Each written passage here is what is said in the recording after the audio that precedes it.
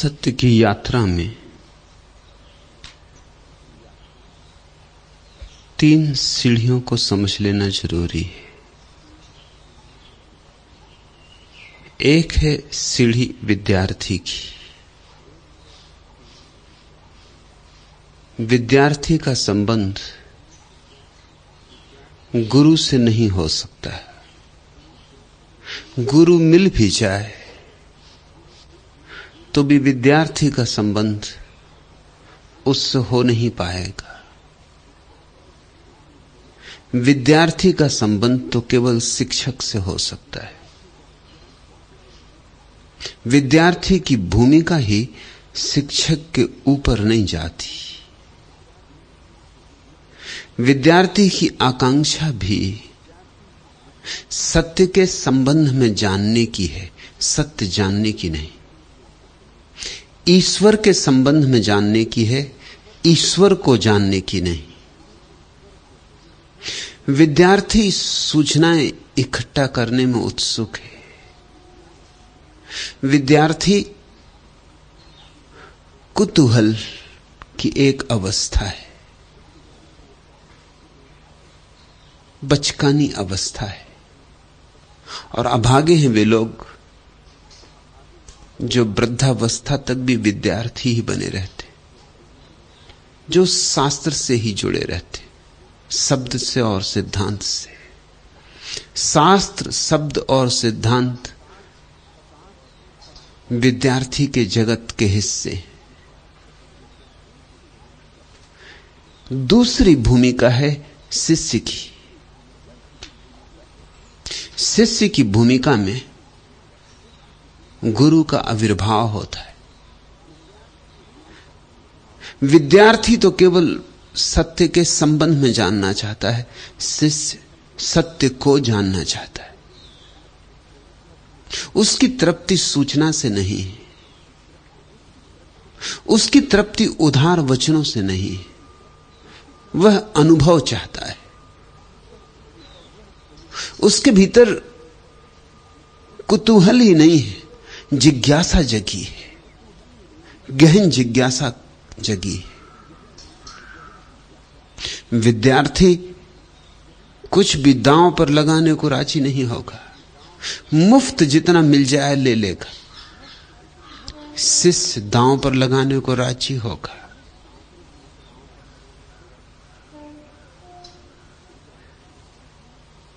विद्यार्थी कीमत नहीं चुका सकता है, और बिना कीमत चुकाए इस जगत में क्या मिलता है? कौड़ियां ही बटोर सकते हो, हीरे जवाहरात नहीं। शिष्य कीमत चुकाने को राजी है। विद्यार्थी बिना झुके सीखता है, और अगर झुकता भी है तो झुकना उसका औपचारिक होता है। शिष्य की तो पूरी भाव भंगिमा प्रणाम की। शिष्य तो एक प्रणाम है। शिष्य का तो भाव ही झुके होने का है। शिष्य तो एक झोली है।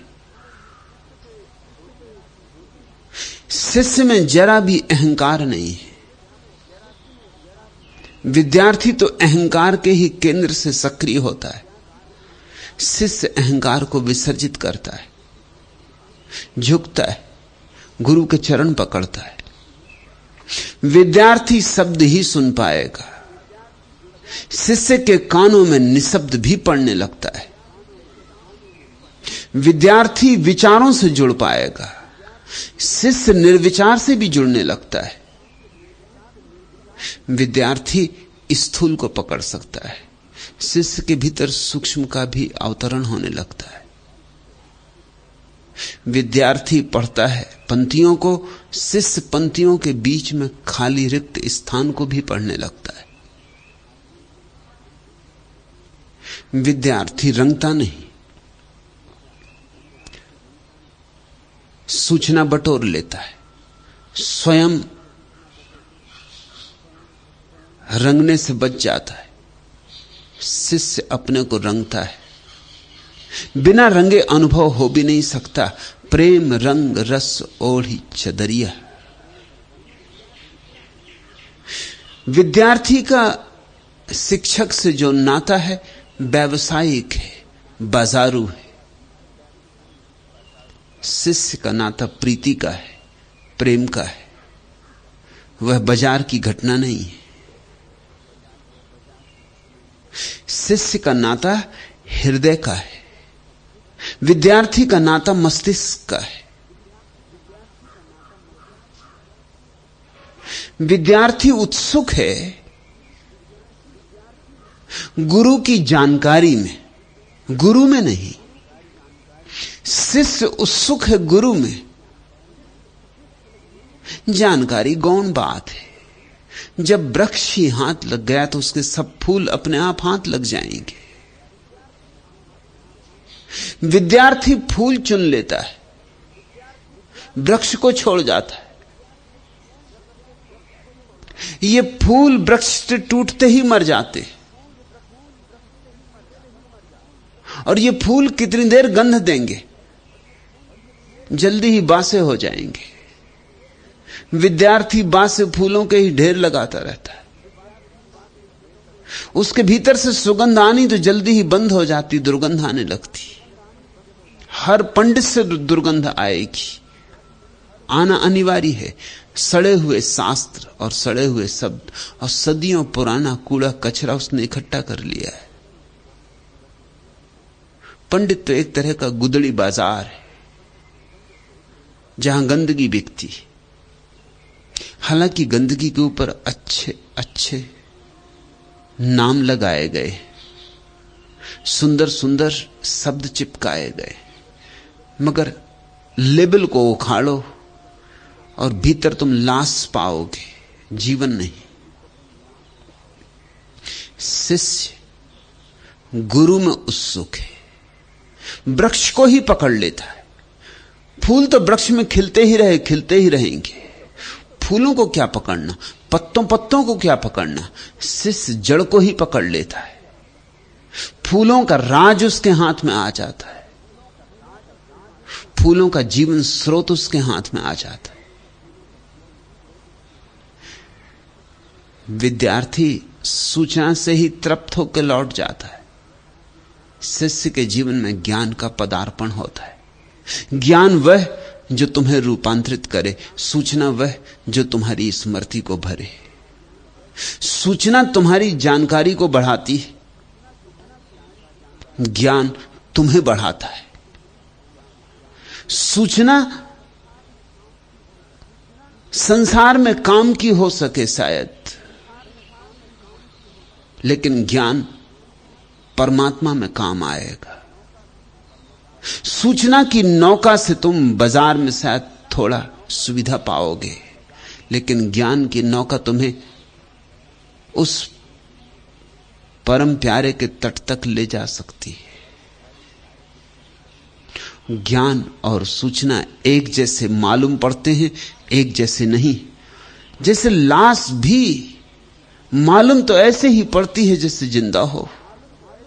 पास आओगे तब दुर्गंध आएगी, जांच पड़ताल करोगे तब समझ में आएगा कि प्राण पखेड़ू तो उड़ चुके। सूचना ऐसी है जिसमें से प्राणों का हंस कभी का उड़ चुका। ज्ञान ऐसा है जिसमें हृदय अभी धड़कता है, श्वास अभी चलती है, देह अभी उत्तप्त है, अभी प्राणों ने वास किया है, अभी मिट्टी अमृत से भरी है। विद्यार्थी एक शिक्षक, दूसरे शिक्षक, तीसरे शिक्षक, 1000 शिक्षकों के पास भटकता रहेगा। उसे तो जहां से मिल जाए, जैसे मिल जाए, उसे सूचनाओं से प्रयोजन है।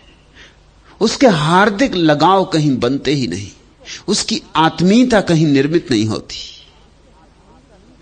जिससे कोई बाजार में दुकानों से चीजें खरीदता है, ऐसे विद्यार्थी शिक्षकों से ज्ञान खरीदता फिरता है। शिष्य का नाता बन जाता, भांवर पड़ जाती, और ऐसी भांवर जिसके टूटने का फिर कोई उपाय नहीं। अगर टूट जाए तो यही समझना कि पड़ी ही न थी, भ्रांति समझ ली होगी, मान लिया होगा कि पड़ गई,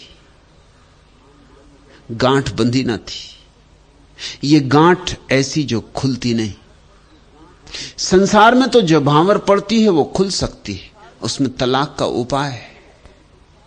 लेकिन ये जो आध्यात्मिक भांवर है गुरु और शिष्य के बीच पड़ती, इसके खुलने का कोई उपाय ही नहीं, क्योंकि ये स्थूल की गांठ नहीं है जो खुल जाए, ये सूक्ष्म की गांठ है, और सूक्ष्म की गांठ अदृश्य होती, उसे खोलोगे कैसे?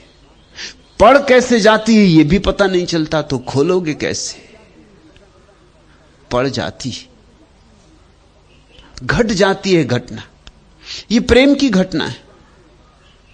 जैसे तुम किसी के प्रेम में गिर जाते हो, कुछ करते थोड़ी हो, पहली नजर में भी प्रेम हो जाता है। तुम्हारे बस की थोड़ी बात होती, तुम अवश होते हो।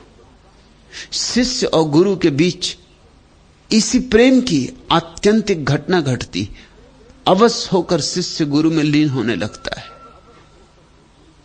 अवश होकर चाहे भी तो भी अब भागने का उपाय नहीं, अपने बावजूद भी उसे जाना ही पड़ेगा इस यात्रा पर। यह ऐसी अनिवार्य यात्रा है, यह प्रेम की ऐसी अनिवार्य पुकार है जो ठुकराई नहीं जा सकती, जिसे इंकारा नहीं जा सकता। विद्यार्थी और शिक्षक भिन्न भिन्न होते, गुरु और शिष्य के बीच तादात्म्य बनने लगता है। वे एक दूसरे में लीन होने लगते, एक दूसरे का आकाश एक दूसरे के आकाश में प्रवेश करने लगता है। और तीसरी भूमिका है आत्यंतिक अंतिम भूमिका, जबकि शिष्य गुरु को गुरु ही नहीं देखता, वरन परमात्मा का द्वार देखने लगता है। गुरुर ब्रह्मा, वह आत्यंतिक अवस्था है जहां शिष्य के लिए गुरु भगवान हो जाता है। गुरु तो मिट ही जाता है, गुरु तो रह ही नहीं जाता, गुरु द्वारा बचता है। एक द्वार जिसके पार परमात्मा खड़ा है, यह आत्यंतिक भूमिका है। यहां शिष्य भक्त हो जाता है। जब विद्यार्थी होता है तो गुरु शिक्षक होता है, जब विद्यार्थी शिष्य बनता है तो शिक्षक गुरु होता है, और जब शिष्य भक्त हो जाता है तो गुरु भगवान हो जाता है। ये तो वैसी बात है जो जिनको हो जाए उनको ही समझ में आए, क्योंकि जिन्होंने बुद्ध में भगवान को देखा, जिन्होंने देखा उन्होंने देखा, जिन्होंने नहीं देखा उन्होंने कहा यह बात हमारी समझ में नहीं आती। मांस मज्जा हड्डी के बने हुए मनुष्य को भगवान कहते हो? उसे भी भूख लगती, प्यास लगती, वह भी बीमार होता, जरा आ रही, बुढ़ापा आ रहा, मृत्यु भी आएगी, उसे भगवान कहते हो? पूछने वाले चूक गए। वो जो भक्त हो गए थे बुद्ध के, वो इस मांस मज्जा की बनी देह को भगवान नहीं कह रहे थे। उन्हें इस द्वार के पार भगवान दिखाई पड़ रहा था। मांस मज्जा से तो द्वार बना था, ये तो द्वार की चौखट थी। इस चौखट के पार अनंत आकाश दिखाई पड़ रहा था। उस अनंत आकाश को भगवान कह रहे थे।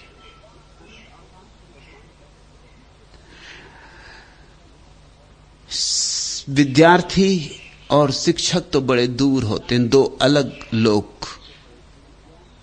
शिष्य और गुरु करीब आ जाते, बंध जाते, एक दूसरे में आबद्ध हो जाते, संयुक्त हो जाते। और भक्त और भगवान एक ही हो जाते हैं, संयुक्त भी नहीं, द्वैत ही गिर जाता है। दुलंदास के आज के पदों में उसी तीसरी भूमिका से चर्चा की गई है। उसी प्रेम की आत्यंतिक स्थिति की बात कही गई है।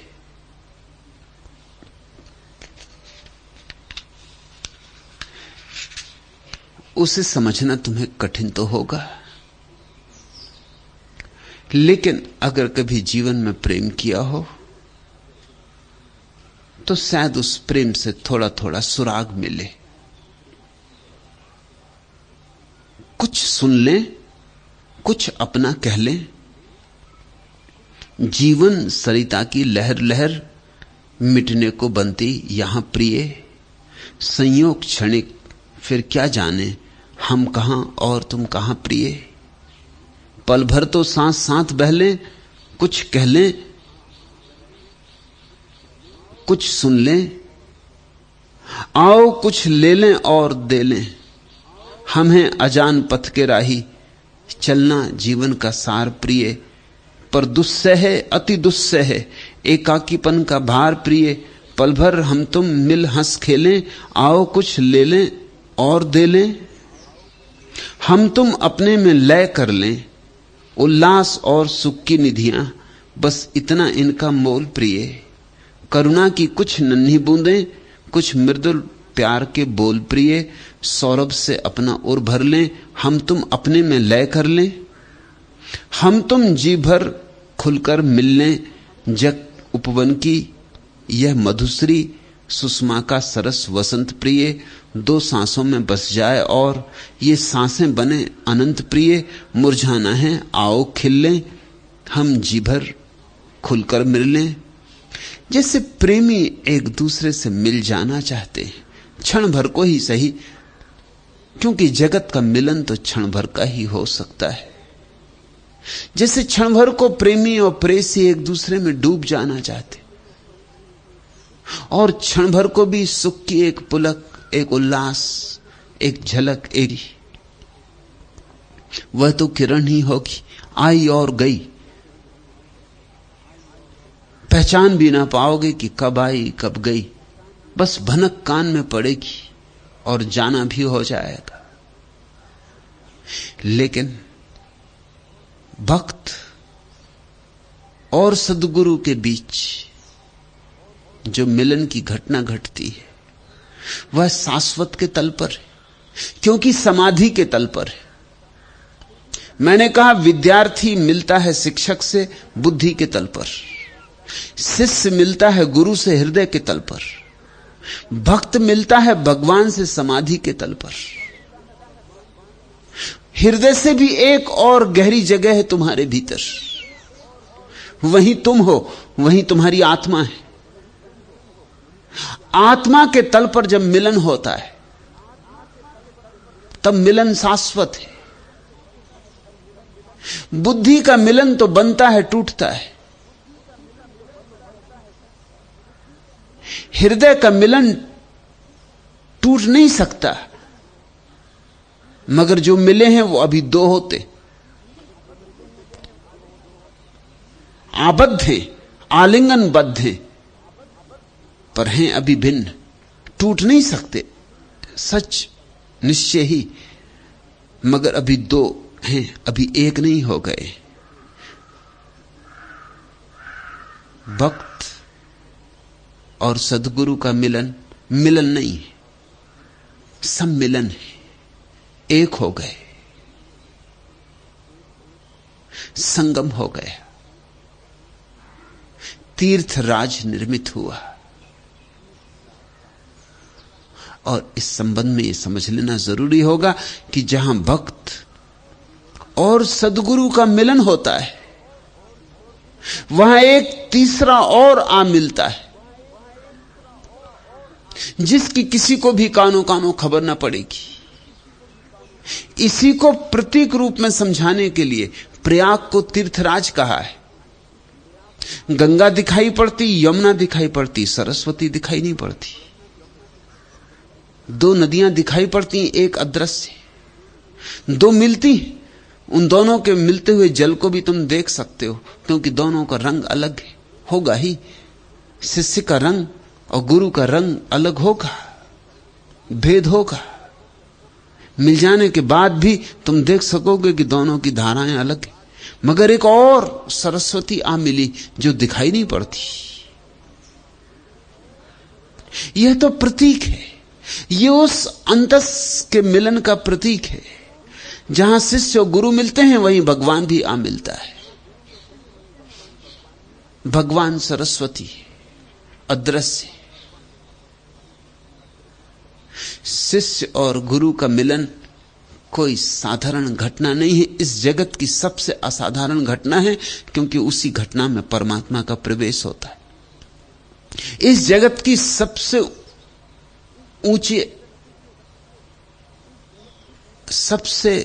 ऊंचा शिखर है, गौरी शंकर है, क्योंकि वहीं उसी ऊंचाई पर परमात्मा का प्रारंभ है।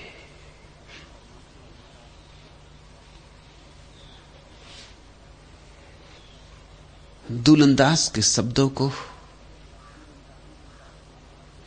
हृदय में लेना। शब्द तो सीधे साधे हैं, उनके भाव गहरे।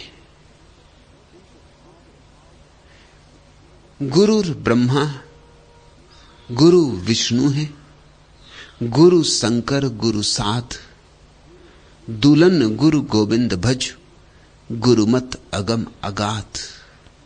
गुरु ब्रह्मा, गुरु विष्णु, गुरु शंकर,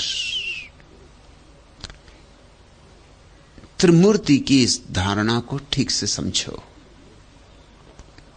ऐसी धारणा केवल भारत में ही जन्मी,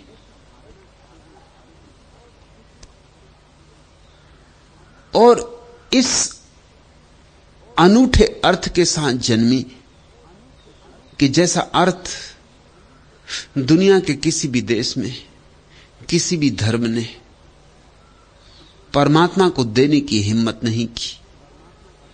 ब्रह्मा परमात्मा का एक चेहरा, विष्णु दूसरा चेहरा, महेश तीसरा चेहरा, परमात्मा एक, उसके चेहरे तीन। क्योंकि परमात्मा एक लेकिन उसकी अभिव्यक्तियां तीन। ब्रह्मा है उसकी सृष्टि की अभिव्यक्ति, विष्णु है संभालने की अभिव्यक्ति, शंकर या महेश है उसके विनाश करने की क्षमता। ब्रह्मा से जगत का निर्माण, विष्णु से जगत का अवधान, महेश से जगत का अवसान। दुनिया का कोई धर्म इतनी हिम्मत नहीं कर सका कि परमात्मा को मृत्यु रूप भी मान ले। जीवन रूप तो माना, यहूदी हैं, ईसाई हैं, मुसलमान हैं, उन्होंने परमात्मा का ब्रह्मा रूप स्वीकार किया। सिर्फ ब्रह्मा रूप, एक ही चेहरा स्वीकार कर सके वो। परमात्मा ने जगत बनाया इतना माना, परमात्मा का विष्णु रूप भी स्वीकार नहीं कर सके, क्योंकि जगत में इतनी भूल चूक दिखाई पड़ती है। अगर परमात्मा ही संभाल रहा है तो ये भूल चूक नहीं होनी चाहिए। इतनी बीमारी, इतना रोग, इतने युद्ध, इतना उपद्रव, अंधे बच्चे पैदा होते, लंगड़े बच्चे पैदा होते, कोढ़ी बच्चे पैदा होते। अगर परमात्मा अभी भी संभाल रहा है तो ये भूल चूकें कैसी हो रही? तो तीनों धर्मों ने जो भारत के बाहर पैदा हुए, परमात्मा का ब्रह्मा रूप स्वीकार किया कि उसने 6 दिन में दुनिया बना दी और फिर हट गया। फिर दुनिया अपने से चल रही। फिर इसमें जितनी विकृतियां हैं वो शैतान पर थोप दी।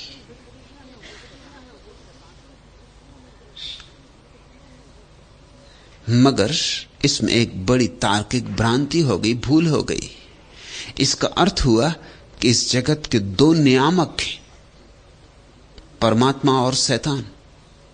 और इसका यह भी अर्थ हुआ कि शैतान परमात्मा से ज्यादा बलशाली मालूम होता है, क्योंकि शांति तो कभी कभी युद्ध रोज, प्रेम तो कभी कभी घृणा रोज, करुणा तो कभी कभी क्रोध रोज। बुद्ध और महावीर और कृष्ण और क्राइस्ट तो कभी कभी, और विकृत, अस्वस्थ, रुग्णचित्त लोगों की इतनी बड़ी भीड़, शैतान जीतता मालूम पड़ता है, परमात्मा हारता मालूम पड़ता है।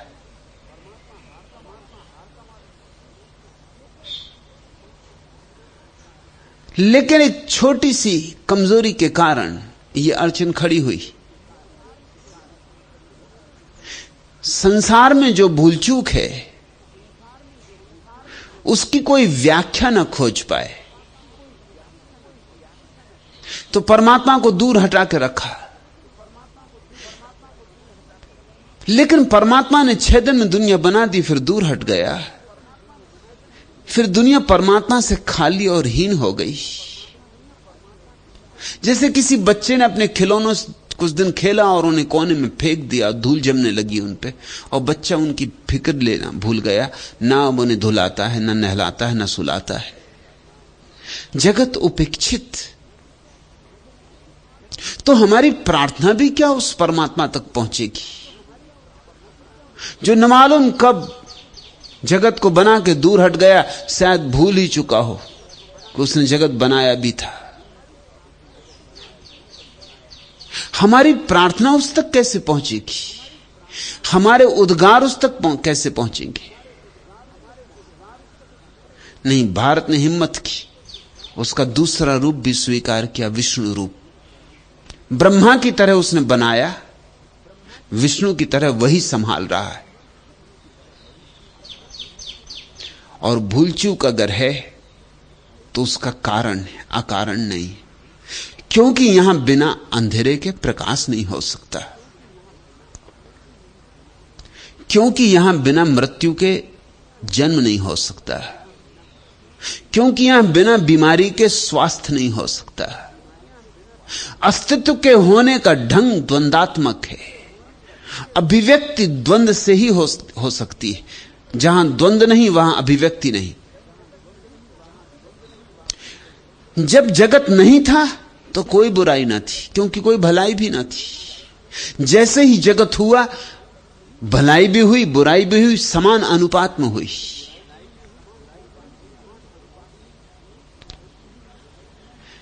यह वैज्ञानिक बात मालूम पड़ती, इसके पीछे गणित साफ मालूम पड़ता है। तुम सोचते हो कि दुनिया में गर्मी ही गर्मी हो, ठंड ना हो, यह कैसे होगा? ठंडक और गर्मी दो चीजें थोड़ी, एक ही थर्मामीटर से दोनों नाप लिए जाते, तो दो तो नहीं हो सकते। एक ही का रूप है, अभिव्यक्ति दो है, और अभिव्यक्त होने के लिए दो होना जरूरी ही है। अगर पुरुष ही पुरुष हो तो जगत नहीं चल सकता, स्त्रियां ही स्त्रियां हो तो जगत नहीं चल सकता। अब तो विज्ञान भी इस बात को स्वीकार करता है कि अगर विद्युत में सिर्फ धन विद्युत हो, ऋण विद्युत ना हो, तो विद्युत नहीं होगी। ऋण और धन दोनों साथ साथ होने चाहिए। पश्चिम के बड़े दार्शनिक हीगल ने इसी को द्वंदात्मक विकास कहा, डायलेक्टिकल एवोल्यूशन कहा, और इसी को कार्ल मार्क्स ने अपने समाजवाद का आधार बनाया, इसी सिद्धांत को कि द्वंद जगत का स्वभाव है। यहां दो के बीच संघर्ष चल रहा है। जरा सोचो, ऐसी राम कथा जिसमें राम तो हो और रावण ना हो, राम कथा बनेगी नहीं। लाख उपाय करो ना बनेगी। कोई तरह से राम कथा बिना रावण के नहीं बन सकती। इसलिए रावण राम की कथा का अनिवार्य अंग है, और न ही रावण हो सकता है बिना राम के। राम और रावण दोनों मिलकर राम कथा में रंग भरते। काली पृष्ठभूमि पर सफेद रेखाएं उभर के प्रकट होती। इसलिए तो दिन में तारे नहीं दिखाई पड़ते, हैं तो जरूर मगर दिखाई नहीं पड़ते। रात के अंधेरे में दिखाई पड़ते, अंधेरे में उनकी रोशनी स्पष्ट हो जाती। विपरीत चाहिए अभिव्यक्ति के लिए।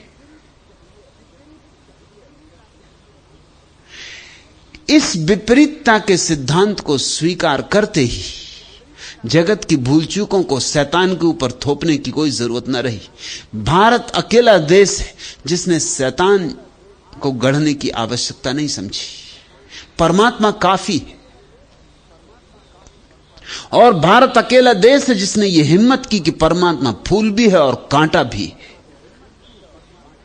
तब हमने कांटे को भी गौरव दे दिया। फूल को तो गौरव कोई भी दे देता है, हमने कांटे को भी गौरव दे दिया। हमने राम को ही सम्मान नहीं दिया, हमने रावण को भी सम्मान दे दिया, क्योंकि राम ही रावण के भीतर भी है। एक ही परमात्मा विपरीत रूपों में प्रकट हुआ है तो ही जगत का विस्तार, फैलाव, विकास संभव हुआ। वही अनंत अनंत रूपों में प्रकट हुआ है। विष्णु संभालते। तुमने एक बात देखी कि ब्रह्मा का सिर्फ एक ही मंदिर है भारत में, विष्णु के सब मंदिर है, क्योंकि बाकी सब अवतार विष्णु के। राम का मंदिर बनाओ तो विष्णु का मंदिर बनता है, और कृष्ण का मंदिर बनाओ तो विष्णु का मंदिर बनता है, बुद्ध का मंदिर बनाओ तो विष्णु का मंदिर बनता है, बाकी सब मंदिर विष्णु के। ब्रह्मा का एक ही मंदिर, क्योंकि ब्रह्मा का काम तो पूरा हो चुका है, वो तो बनाने के साथ ही पूरा हो गया। अब तो प्रार्थना करनी, मंदिर तो प्रार्थना के लिए बनता है, इसलिए विष्णु का होगा। पुकारना तो उस तक होगा जो संभाल रहा है, परमात्मा के उस रूप को पुकारना होगा जो संभाल रहा है। इसलिए विष्णु की सारी प्रार्थनाएं। और इससे भी अद्भुत एक बात भारत ने की कि निर्माण तो ठीक है, लेकिन निर्माण कभी न कभी विध्वंस होना ही चाहिए। जो चीज शुरू होती उसका अंत होगा। हम बड़े वैज्ञानिक विचार से चले, हमने अपनी वैज्ञानिकता में जरा भी समझौता नहीं किया।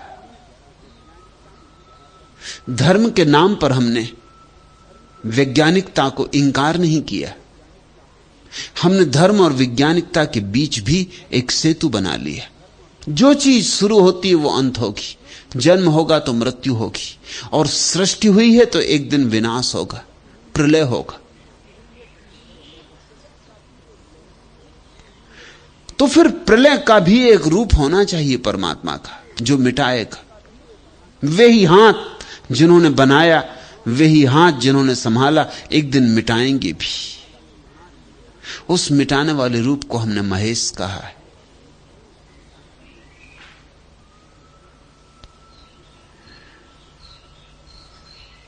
ये तीन अभिव्यक्तियां हैं परमात्मा की: सृजन, संभाल, प्रलय, अंत। ये तीनों उसके चेहरे। हमने मौत में भी उसको पहचान लिया। जीवन में पहचानने में ही कई लोगों को मुश्किल पड़ती है। इसी कारण तो हजारों हजारों लोग नास्तिक हैं। वो जीवन में भी परमात्मा को नहीं पहचान पाते। और ऐसे अद्भुत लोग भी हुए जिन्होंने मृत्यु में भी उसे पहचान लिया। कुछ हैं जिन्हें जीवन में भी दिखाई नहीं पड़ती उसकी रोशनी, जीवन में भी उसके धड़कन नहीं सुनाई पड़ती, जीवन में भी उसकी सांसें चलती नहीं मालूम पड़ती। इतना विराट अपूर्व जीवन चारों तरफ छाया हुआ है, और फिर भी लोग कहते हैं परमात्मा कहां है। लेकिन अब अद्भुत थे वे लोग, गहरी थी उनकी प्रतिभा, आंखों जैसी आंखें थी उनके पास। इसको कहना चाहिए अंतर्दृष्टि, कि उन्होंने मृत्यु में भी परमात्मा के हाथ देखे, क्योंकि सभी कुछ उसका है, जन्म भी उसका, मृत्यु भी उसकी। आधुनिक विज्ञान इस बात को स्वीकार करता है कि पृथ्वियां बनती हैं मिटती, तारे बनते हैं मिटते, बड़ा लंबा समय लगता है बनने और मिटने के बीच। लेकिन इस अनंत काल में बड़े लंबे समय का भी क्या मूल्य। प्रति रात सैकड़ों तारे विसर्जित हो जाते और सैकड़ों नए तारे निर्मित हो जाते। प्रतिपल यह घटना घट रही, सृजन भी हो रहा है, संभालना भी हो रहा है, विनाश भी हो रहा है। जैसे कोई बच्चे पैदा हो रहे हैं, कोई जवान है और कोई मृत्यु के करीब मरणशैया पर पड़े। ये तीनों प्रक्रियाएं एक साथ चल रही हैं अस्तित्व में। कहीं ब्रह्मा कार्य में संलग्न है, कोई नया तारा रचा जा रहा है,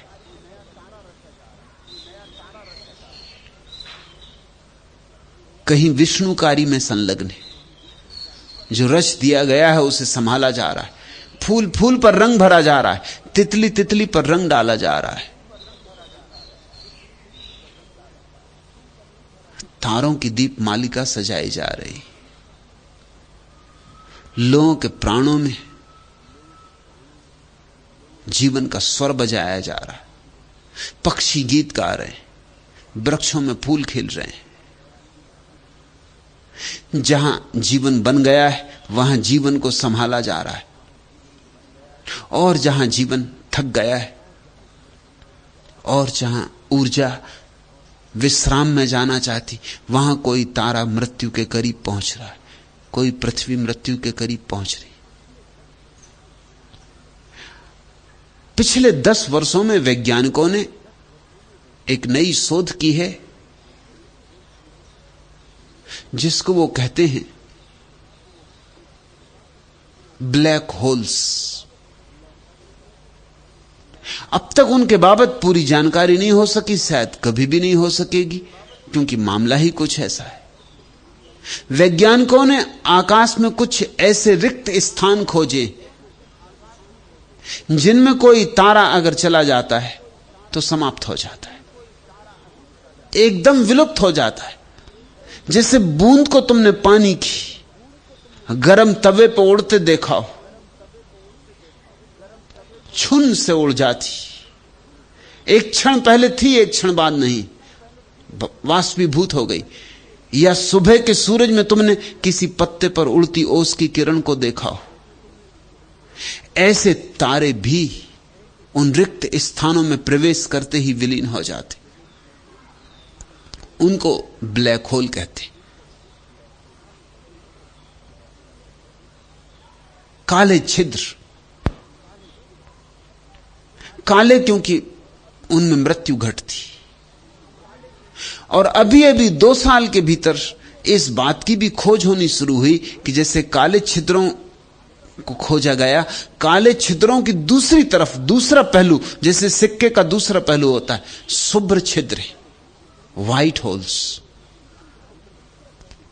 जैसे काले छिद्रों में चीजें जाके विलीन हो जाती, वैसे ही उन शुभ्र छिद्रों से चीजें निकलती, निर्मित होती। ये तो एक छोर पर ब्रह्मा और दूसरे छोर पर महेश को खोज लिया गया, और दोनों के मध्य में विष्णु। ब्रह्मा का तो एक ही मंदिर है, क्योंकि कौन पूजा करे उसकी जिसका काम ही पूरा हो गया। पूजा का प्रयोजन भी नहीं, इसलिए ब्रह्मा को कोई पूजन नहीं मिलती। अधिकतम पूजन मिलती है विष्णु को, और विष्णु से भी ज्यादा मंदिर तुम्हें मिलेंगे शंकर के। इतने ज्यादा, इतने लोगों ने बनाए कि फिर मंदिर बनाना जरूरत न रही। किसी भी मंदिर के नीचे, किसी भी छप्पर के नीचे या किसी वृक्ष के नीचे भी शंकर की पिंडी रख दी कि मंदिर खड़ा हो गया। गांव गांव, चौपाल चौपाल, राह राह पर शंकर के मंदिर फैल गए, क्योंकि शंकर के हाथ में मृत्यु है, विनाश है। जिसके हाथ में मृत्यु है और विनाश है, उसकी प्रार्थना उठे, यह स्वाभाविक है, क्योंकि हमारा भविष्य उसके हाथ में। आज नहीं कल हम उसके हाथ में होंगे। ये तीन परमात्मा की ऊर्जाएं। और दुलनदास कहते हैं कि तीनों मुझे मेरे गुरु में दिखाई पड़ते। गुरु ब्रह्मा, गुरु विष्णु है, गुरु शंकर, गुरु साथ। ये तीनों मुझे मेरे गुरु में दिखाई पड़ते। मैंने ब्रह्मा, विष्णु, महेश को तीनों को अपने गुरु में देख लिया। ये त्रिवेणी मैंने अपने गुरु में देख ली। और इतना ही नहीं, मैंने अपने गुरु में उस साधु को भी पाया है जिसने ये त्रिवेणी दिखलाई।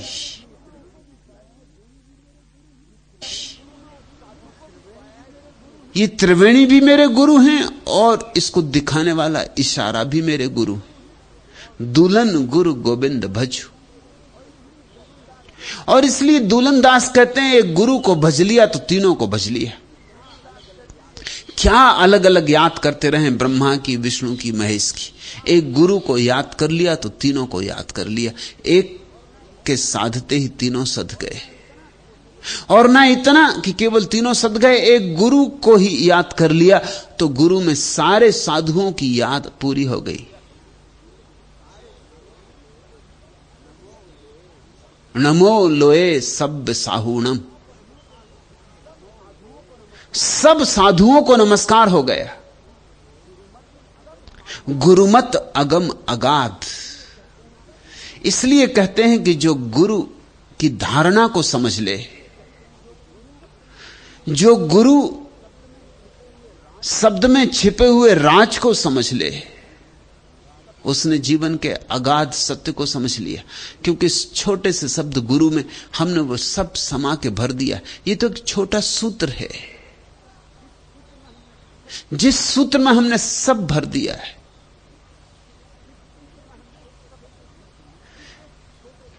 इस एक छोटे शब्द में आध्यात्मिक जीवन के सारे रहस्यों को हमने निचोड़ कर रख दिया।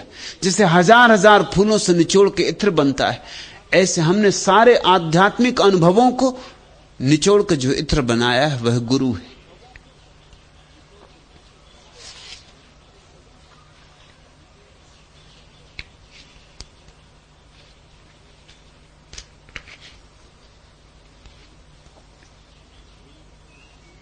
गुरु का कृत्य क्या है? जहां संग्रेजों पे गिरते हैं गाहक, वहां जिनसे लालो गोहर बेचता हूं। जहां कद्रदाहें जमा तलखियों के, वहां कंदो सहदो शकर बेचता हूं। परस्तारियां हैं जहां जुल्मतों की, वहां नूरे समसो कमर बेचता हूं। जहां दर्द दिल का मुखालिफ है आलम, वहां दर्द दिल का असर बेचता हूं। छुपाकर रदीफो कवाफी के अंदर मैं दिल बेचता हूं, जिगर बेचता हूं। गुरु का कृत्य यह है, जहां संग्रेजों पे गिरते हैं गाहक, जहां पत्थर के टुकड़ों को लोग खरीद रहे हैं, जहां पत्थर के टुकड़ों पे गिर गिर पड़ रहे हैं, जहां कंकड़ बीन रहे हैं और सोचते हैं कि हीरे जवाहरात इकट्ठे कर रहे हैं, जहां संग्रेजों पे गिरते हैं गाहक, वहां जिनसे लालो गोहर बेचता हूं, वहां लाल मोती जैसे जवाहरात, वहां कोहिनूर बेचता हूं। गुरु का यह कृत्य है कि जहां लोग कंकड़ खरीदने में लीन हैं, वहां वह जवाहरात लाता है। जवाहरात जो इस जगत के नहीं, कोहिनूर जो किसी और लोक के, कोहिनूर जो उसकी समाधि में उसे मिले, कोहिनूर जो उसने अपनी अंतरतम की गहराइयों में उतर के पाए। जहां संग्रेजों पे गिरते हैं गाहक, वहां जिनसे लालो गोहर बेचता हूं। जहां कद्रदाहें जमा तलखियों के, वहां कंदो सहदो शकर बेचता हूं। और जहां लोग कटुताओं के आदी हो गए, वहां मिठास बेचता हूं। जहां लोग जहर पीने को ही जीवन समझ लिए, वहां मिठास बेचता हूं। जहां लोग कांटों को ही सब कुछ मान लिए, वहां फूलों की गंध बेचता हूं। जहां कद्रदाहें जमा तलखियों के, वहां कंदो शहदो शक्कर बेचता हूं। जहां लोगों ने कड़ुए स्वाद को ही मिठास समझ लिया है, जहां नीम को ही लोग आम समझ रहे हैं, वहां सद्गुरु वही है जो मधुशाला खोलते हैं। परस्तारियां हैं जहां जुल्मतों की, जहां अंधेरों की पूजा हो रही।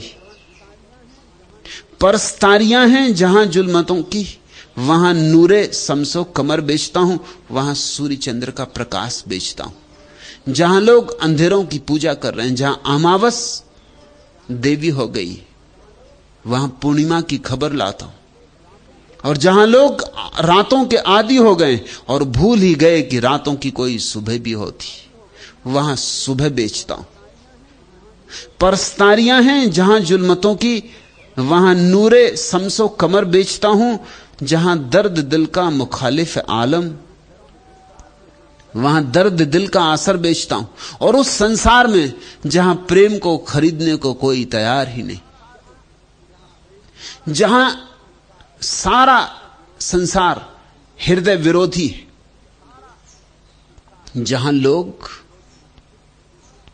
मस्तिष्क को ही एकमात्र मूल्य देते हैं, जहां हृदय का विरोध है, इंकार है, निंदा है, अस्वीकार है, जहां प्रेम को अंधा कहा जाता है और तर्क को आंख वाला कहा जाता है, जहां गणित जानने वाले को होशियार कहा जाता है और जहां प्रेम जानने वाले को लोग भोला भाला बुद्धू समझते, जहां निर्दोष होना बुद्धूपन जैसा हो गया है और जहां चालबाज और चालाक होना होशियारी और प्रतिभा हो गई, जहां दर्द दिल का मुखालिफ आलम, जहां प्रेम की पीड़ा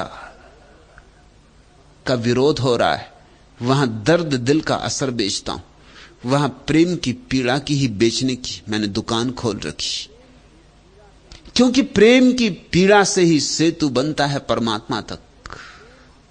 जो हृदय में आंसुओं से भर जाते हैं, वे ही केवल उस तक पहुंच पाते हैं। छुपाकर रदीफो कवाफी के अंदर मैं दिल बेचता हूं, जिगर बेचता हूं।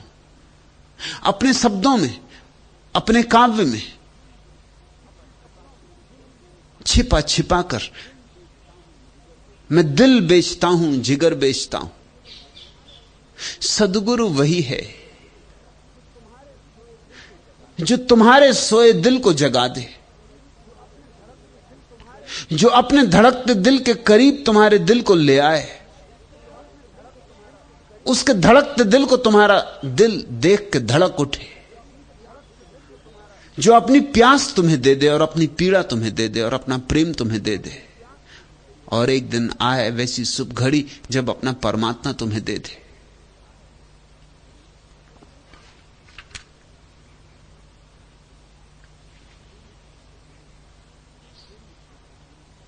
श्री सतगुरु मुखचंद्र ते सबद सुधा झरी लागी, हृदय सरोवर राख भरी दूलन जागे भागी। दूलन कहते मेरे भाग्य जागे,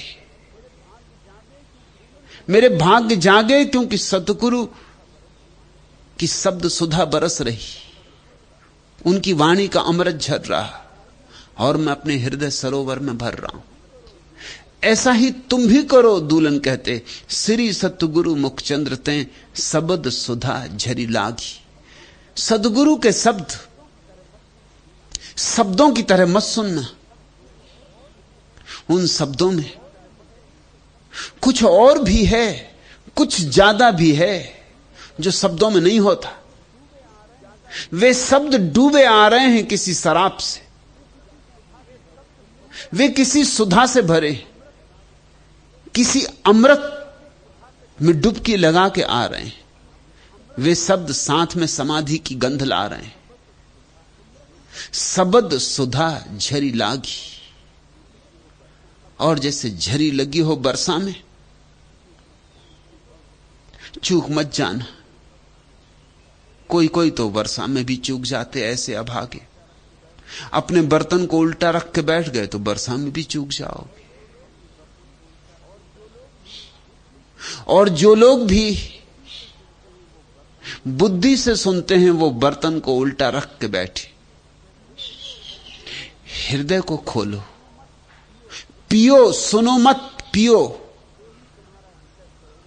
तो ही तुम्हारा हृदय सरोवर भर सकेगा अमृत से। हृदय सरोवर राख भरी, दुल्हन जागे भागी। और एक बूंद भी पड़ जाए तो क्रांति घट जाती। सरोवर भर जाए तब तो कहना ही क्या, एक बूंद पड़ जाए तो क्रांति घट जाती। एक बूंद पड़ जाए तो तुम्हारी जिंदगी की रौ बदल जाती, रंग बदल जाता, ढंग बदल जाता, तुम्हारे पैरों में नृत्य आ जाता है, तुम्हारी आंखों में रौनक और तेज, और तुम्हारे प्राणों में जीने की एक नई अभिलाषा, और तुम्हारे आसपास धुन बजने लगती शाश्वत की, अनाहत की। फिर तुम इसी जिंदगी में से भी, इसी भीड़ भाड़ में से नाचते हुए निकल सकते हो। मसरत की ताने उड़ाता गुजर जा, तरफ के तराने सुनाता गुजर जा, बसासत के दरिया बहाता गुजर जा, जमाने से गाता बात बजाता गुजर जा, गुजर जा जमी को नचाता गुजर जा। सुन सको तो ये हो जाए,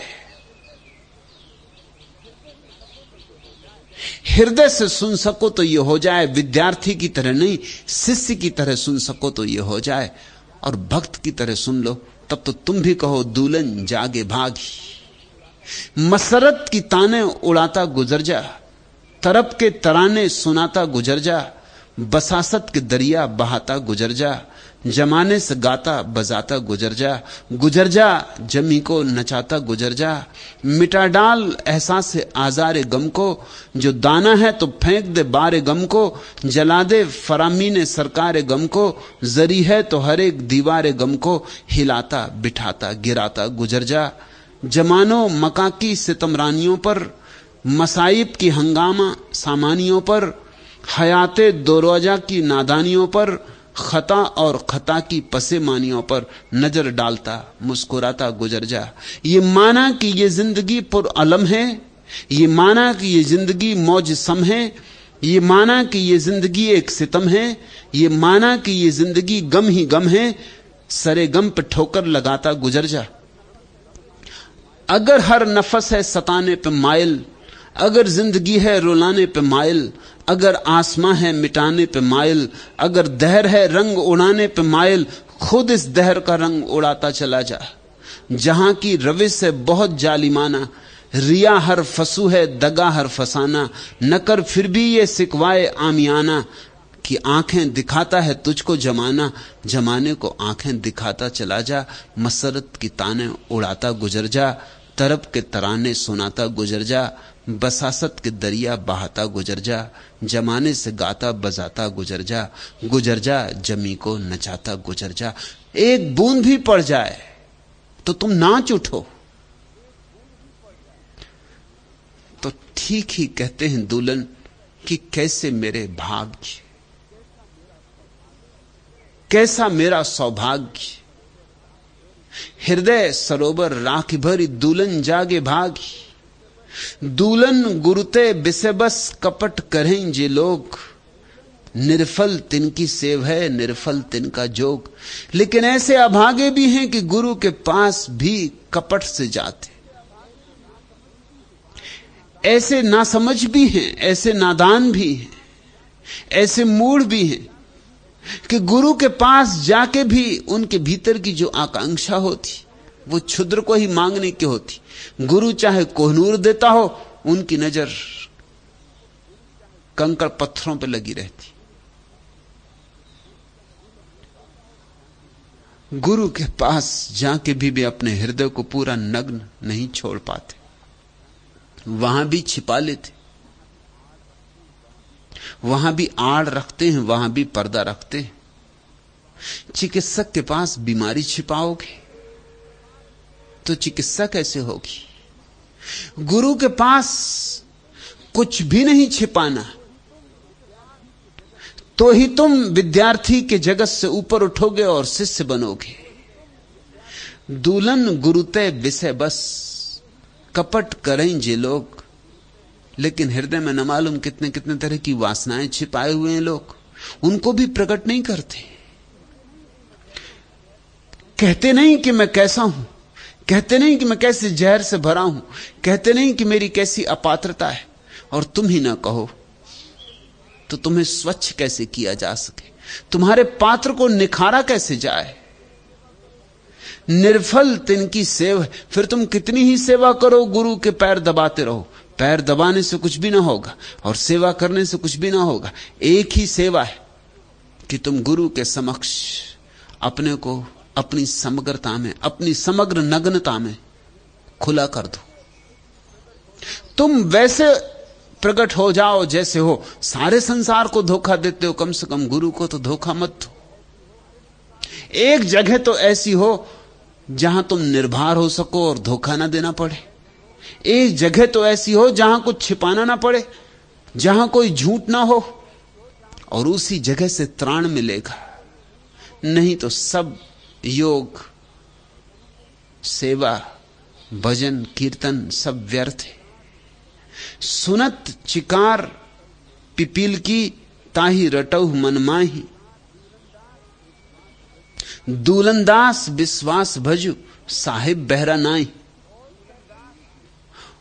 और कहते हैं कि चींटी की पुकार भी पहुंच जाती है उस तक।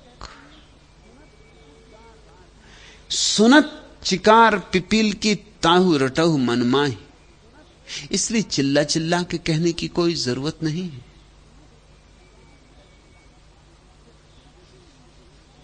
सिर्फ हृदय में ही निवेदन कर दिया तो बात हो गई। बिन बोले कहा जा सकता है, और गुरु के पास यही कला सीखनी चाहिए, बिन बोले कहने की, चुपचाप बैठ जाने की, भाव की तरंग से खबर पहुंचाने की। और जब तुम्हें गुरु तक भाव से तरंग पहुंचने लगेगी, तब तुम्हें भरोसा आएगा। जब गुरु तक पहुंचने लगी तो अब परमात्मा तक भी पहुंच सकेगी। और असली प्रार्थना शब्द की नहीं होती, निशब्द होती, मौन होती, मुखर नहीं होती। बोलने को है भी क्या हमारे पास? परमात्मा से बोलना भी चाहेंगे तो क्या बोलेंगे? जो हम बोलेंगे उसे वह पहले से जानता है, हमारे जानने से भी पहले उसने जाना है। कहने को क्या है?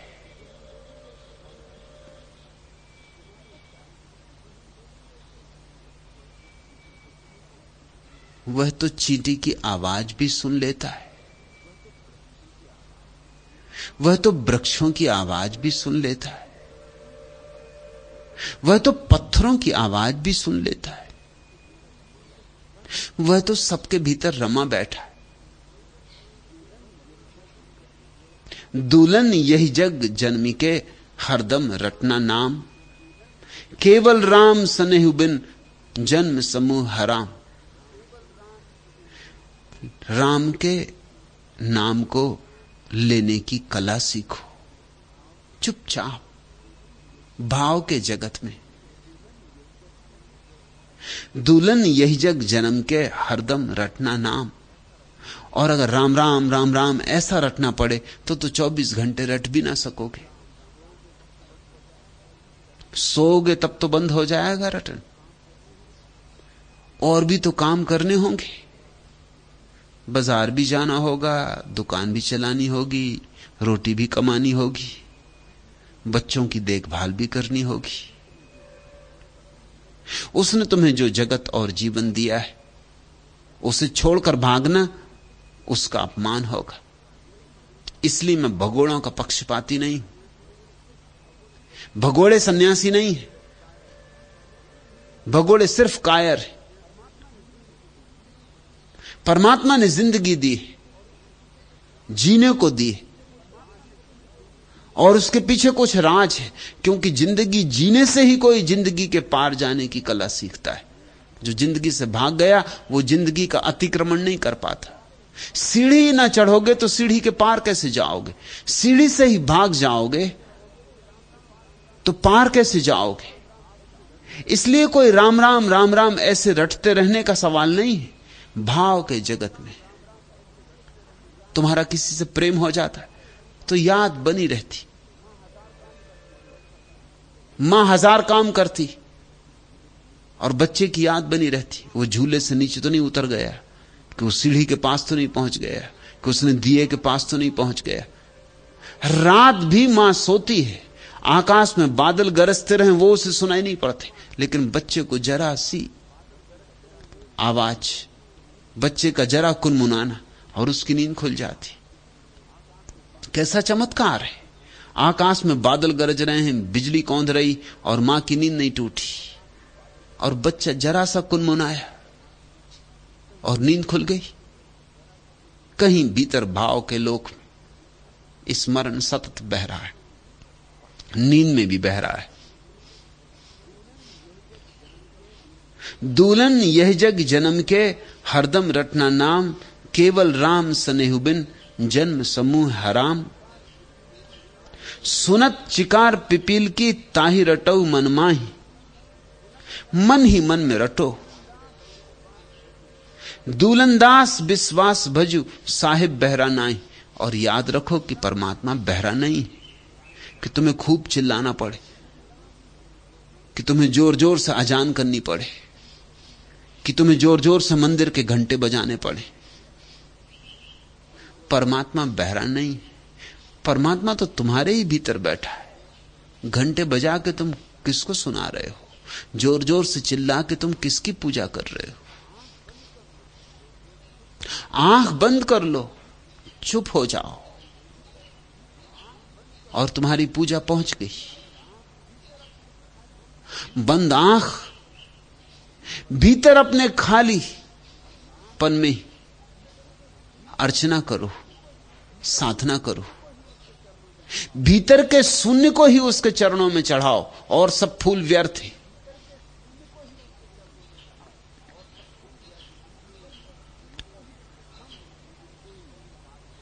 हम जीवन के ही हिसाब से परमात्मा के संबंध में सोचने लगते।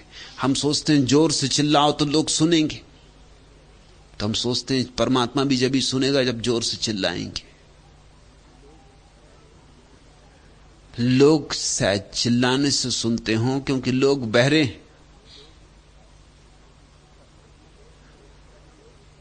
परमात्मा बहरा नहीं है। लोग शायद चिल्लाने से सुनते हों क्योंकि लोग बहुत व्यस्त हैं और 1000 विचारों में व्यस्त हैं। तुम्हारे विचार को पहुंचाने के लिए आवाज देनी पड़ती, लेकिन परमात्मा व्यस्त नहीं। परमात्मा तो महाशून्य है।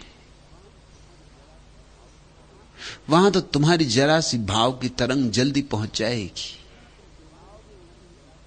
और जितना तुम चिल्लाओगे उतनी ही तुम खबर दोगे कि तुम्हें परमात्मा की कोई पहचान नहीं। चिल्लाने वाले चूक जाएंगे। जिंदगी में बड़े विरोधाभास हैं। जो गणित बाहर की दुनिया में काम आता, वो भीतर की दुनिया में काम नहीं आता। बाहर एक और एक मिलकर 2 होते हैं, भीतर की दुनिया में एक और एक मिलकर 1 होता। जो चीज इकहरी थी वो दोहरी निकली, सुलझी हुई जो बात थी उलझी निकली। सीपी तोड़ी तो उससे मोती निकला, मोती तोड़ा तो उसमें सीपी निकली। जिंदगी गहराइयों पर गहराइयां हैं, परतों पर परतें, और तुम सबसे गहरी परत को अगर तोड़ते ही चले गए तो तुम शून्य को पाओगे, अपने भीतर सन्नाटा पाओगे। वही सबसे गहरी परत है, तो वही सबसे गहरी प्रार्थना भी बनेगी।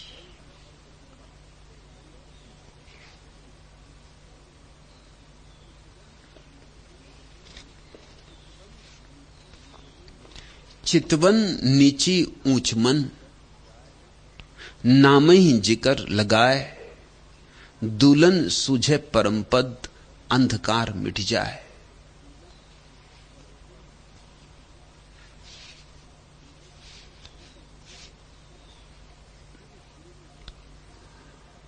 शुरू शुरू में तो भरोसा ना आएगा कि बिना कहे और उस तक खबर पहुंच जाएगी। यहां तो कह कह के खबरें नहीं पहुंचती, तो बिना कहे कैसे पहुंच जाएगी। शुरू शुरू में तो भरोसा ना आएगा कि बिना कुछ किए परमात्मा मिल सकता है। यहां तो कितना श्रम करते हैं और धन नहीं मिलता, ध्यान कैसे मिलेगा, पद नहीं मिलता तो परमात्मा कैसे मिलेगा। मगर गणित अलग अलग है। कभी किसी झील के पास जाके खड़े हुए हो, झील में झांक के देखा है, तो तुम्हारा झील में जो प्रतिबिंब बनता है वो उल्टा बनता है। उसमें सिर नीचे की तरफ, पैर ऊपर की तरफ होंगे। जो मछलियां झील में तैर रही हैं, वो अगर तुम्हारे प्रतिबिंब को देखें और सोचें कि ऐसे ही तुम होगे, तो बड़ी भूल हो जाएगी। तुम प्रतिबिंब से ठीक उल्टे हो। यह संसार तो केवल प्रतिबिंब है। यह तो सपने में बनी एक छाया है, यह तो माया है। इससे ठीक उल्टा गणित काम करता है। यहां कहना हो कुछ तो बोलना पड़ता है, वहां कहना हो कुछ तो चुप होना पड़ता है। यहां पहुंचना हो कहीं तो यात्रा करनी पड़ती, वहां पहुंचना हो कहीं तो सारा चलना छोड़ देना पड़ता है। यहां प्रयास से मिलता है कुछ, महाप्रयास से मिलता है, वहां अप्रयास से मिलता है, प्रसाद से मिलता है। इससे ठीक उल्टा है वह जगत। लेकिन शुरू शुरू में तो कैसे भरोसा आए। शुरू शुरू में तो किसी सद्गुरु के साथ साथ चलना सीखना पड़ेगा। किसी सद्गुरु की आंखों में आंखें डाल के शायद थोड़ी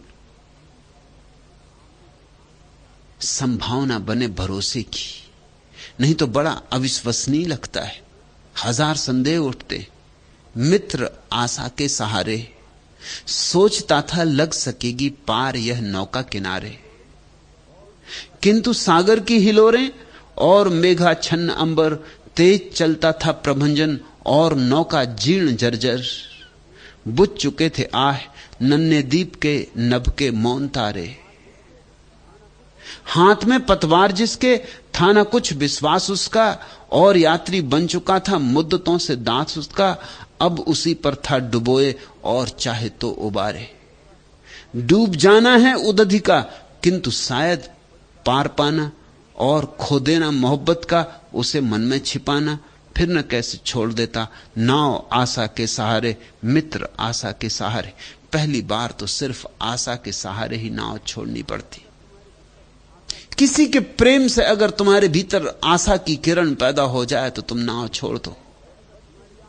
क्योंकि इस जगत में बच बच के भी आदमी डूब जाता है, और उस जगत में डूबने में ही बचना है। उस जगत में वे ही पार उतरे जो डूब गए, जिन्होंने अपने को पूरा डुबा लिया। लेकिन डूबने से डर तो लगेगा, मन तो घबराएगा, मन तो हजार शंकाएं उठाएगा। उस घड़ी कौन बंधाएगा ढाढ़स। इसलिए दुल्हन कहते हैं गुरु के शब्दों को पीना हृदय में, भरना हृदय में। उन्हीं शब्दों से साहस आएगा, आशा आएगी, विश्वास आएगा। उन्हीं शब्दों के आसपास तुम्हारे भीतर धीरे धीरे श्रद्धा की ऊर्जा उमगेगी, निर्मित होगी, और जरा सी श्रद्धा पहुंचा देती। बड़े से बड़ा तर्क हार जाता है, जरा सी श्रद्धा पहुंचा देती। तर्कों के पहाड़ व्यर्थ है, श्रद्धा की राई काफी।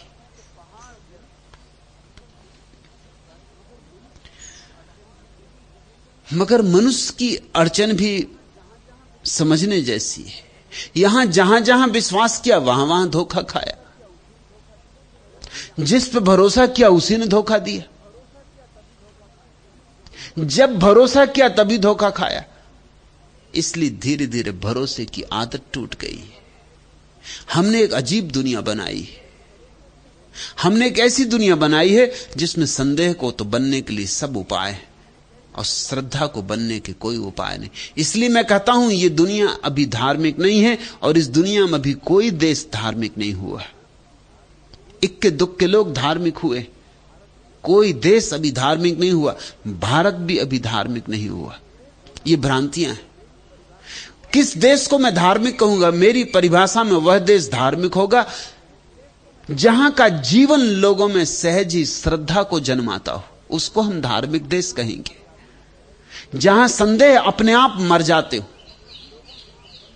जहां जीना लोगों से संबंधित होना अपने आप संदेह की मृत्यु हो जाती हो, जहां जीवन के सारे अनुभव श्रद्धा को भरते हो, परिपूरित करते हो, परिपुष्ट करते हो, उस देश को धार्मिक कहेंगे। और कोई परिभाषा नहीं हो सकती धर्म की। धर्म की एक ही परिभाषा हो सकती है, जिस माहौल में, जिस हवा में, जिस वातावरण में श्रद्धा सहज ही पैदा होती हो और संदेह का पैदा होना ही मुश्किल हो। अभी तो हालात उल्टे, सब जगह उल्टे। अभी तो संदेह सहज पैदा होता है, पहली बात ही संदेह की उठती। श्रद्धा तो करीब करीब असंभव मालूम पड़ती। अपनों पर भी लोग श्रद्धा नहीं करते।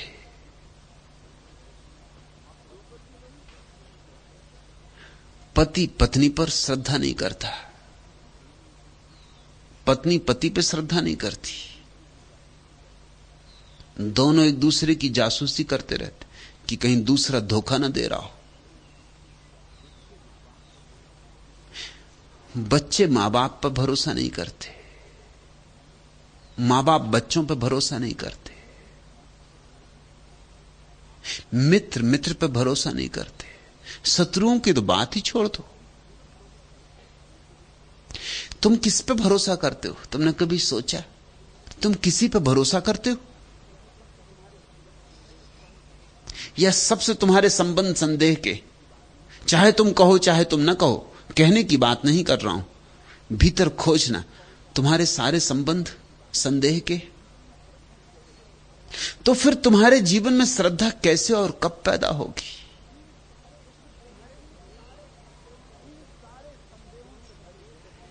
इन सारे संदेहों से भरे जगत में, जहां संदेह को सब तरफ से बल मिलता है, प्राण मिलते, हर अनुभव से संदेह और पुष्ट होता है, तुम और चालबाज और कपटी और बेईमान हो जाते।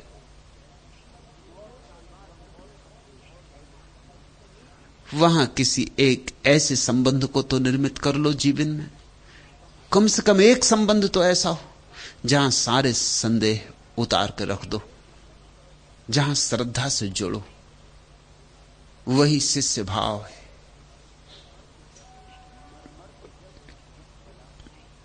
मर मर के जब एक बला से पीछा छूटा, एक आफते ताजदम ने आकर लूटा, एक आबलाए नौ से हुआ सीना दो चार, जैसे ही पुराना कोई छाला टूटा। तुम्हारी जिंदगी का अनुभव ऐसा है कि मर मर के जब एक बला से पीछा छूटा, किसी तरह छुटकारा एक बला से हो भी नहीं पाता, एक आफते ताजदम ने आकर लूटा कि एक नई मुसीबत आकर लूट ले थी।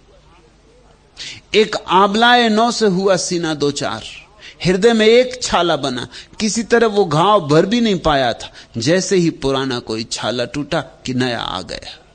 देर नहीं लगती, धोखे पे धोखे, बेईमानी पे बेईमानियां, चारों तरफ बेईमानियां हैं, चारों तरफ राजनीति है, हर आदमी तुम्हारी गर्दन काटने को उतारू है, चाहे मुस्कुरा रहा हो, क्योंकि यहां मुस्कुरा के ही गर्दनें काटी जाती, चाहे तुम्हारे पैर दबा रहा हो, क्योंकि यहां पैर दबा के ही गर्दनें पकड़ी जाती, तुमसे बातें कुछ भी कर रहा हो, लेकिन नजर तुम्हारी जेब पे लगी, कब तुम्हारी जेब काट लेगा कहना मुश्किल है।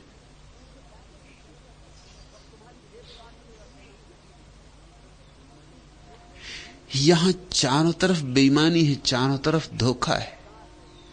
इस धोखे के बीच यह चमत्कार है कि कोई व्यक्ति शिष्यत्व को उपलब्ध हो जाए। यह सौभाग्य की घड़ी है कि तुम्हें ऐसा व्यक्ति मिल जाए जिसके पास तुम श्रद्धा कर लो और तुम कह दो कि ठीक है, लूटना हो तो लूट लो, लेकिन मैं संदेह ना करूंगा। मिटाना हो तो मिटा डालो, मैं संदेह ना करूंगा। कर लिया संदेह बहुत, हाथ राख ही लगी, अब थोड़ा श्रद्धा का रस लेकर भी देखो। सर घूम रहा है नाव खेते खेते, अपने को फरेब एस देते देते, उफ ज़हदे हयात थक गया हूं माबूद, दम टूट चुका है सांस लेते लेते।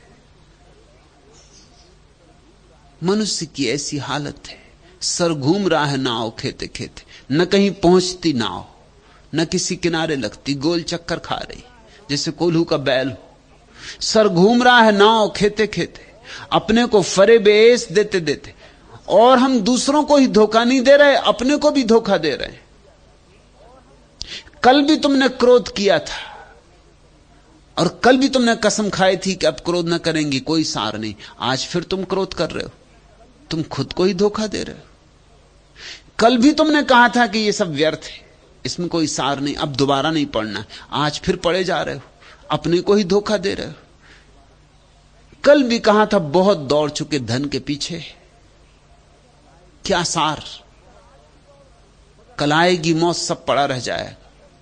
मगर आज भी दौड़ रहे हो,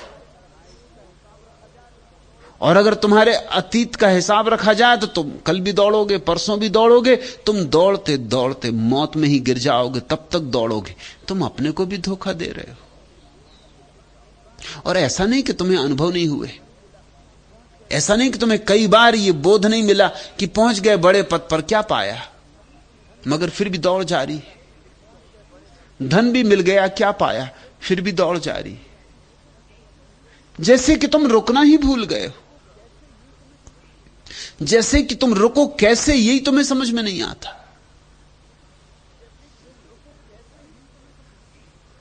जैसे कि तुम्हारी गाड़ी बिना ब्रेक के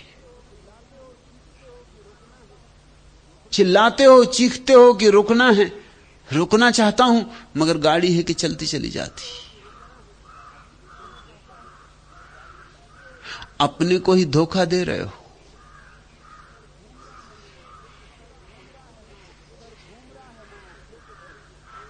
सर घूम रहा है नाव खेते खेते, अपने को फरेब एस देते देते, उफ जहदे हयात थक गया हूं माबूद। हे ईश्वर, जिंदगी के संग्राम से बहुत थक गया हूं, दम टूट चुका है सांस लेते लेते। अगर ऐसा अनुभव आ गया हो तब श्रद्धा का पाठ सीखो।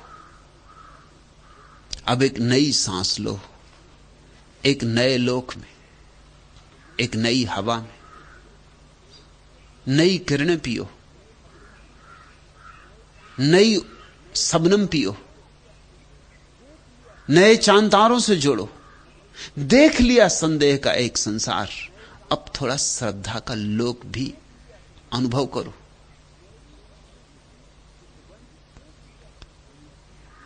चितवन नीची ऊंचमन नामई जिक्र लगाए।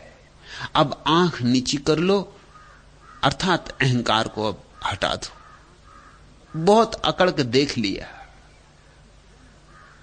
कुछ पाया नहीं, सिर्फ कष्ट पाया। चितवन नीची, अब आंख नीची कर लो, अब अहंकार को हटा दो।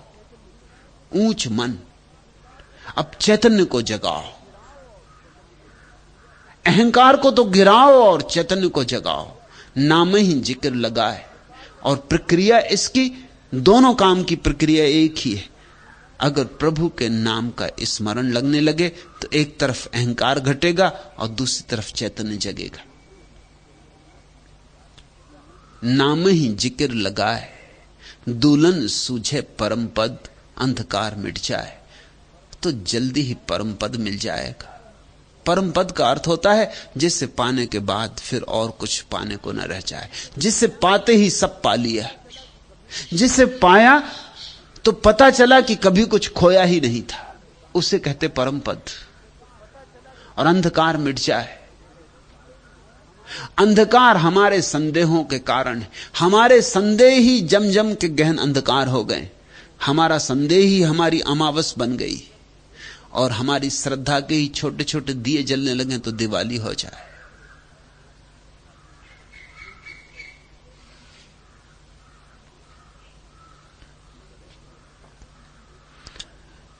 मगर ऐसा लगता है कि संदेह समझदारी और श्रद्धा भोलापन है।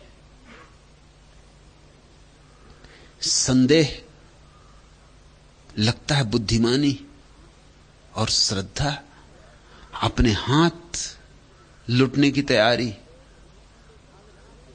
लगता है ऐसा है, हालत बिल्कुल उल्टी। यहां संदेह के हाथों लोग लुटे और श्रद्धा के हाथों पहुंचे। अब तक कोई भी अगर पहुंचा है तो श्रद्धा से पहुंचा और संदेह से लुटा है। फकीहे सहर गर्दाना ए राज जिंदगी होता तो फिर वो भी सरी के महफिले बादा कसी होता। किसी ने वक्त मस्ती जाम में छलका दिया वरना चिरागे तूर पर दारो मदारे रोशनी होता। दलीलों में उलझकर रह गई थी अक्ल बेचारी। गजब होता अगर दिल भी हला के आग ही होता। यही एक इम्तियाजी शान है हम बेनवाओं की। फकीए शहर का महापंडित गर्दानाए राजे जिंदगी होता। अगर वो भी जीवन के भेद का ज्ञाता होता तो फिर वो भी सरी के महफिले बादा कसी होता। तो उसने भी फिर पियकड़ों की महफिल में सम्मिलित होने के लिए दरख्वास्त दे दी होती।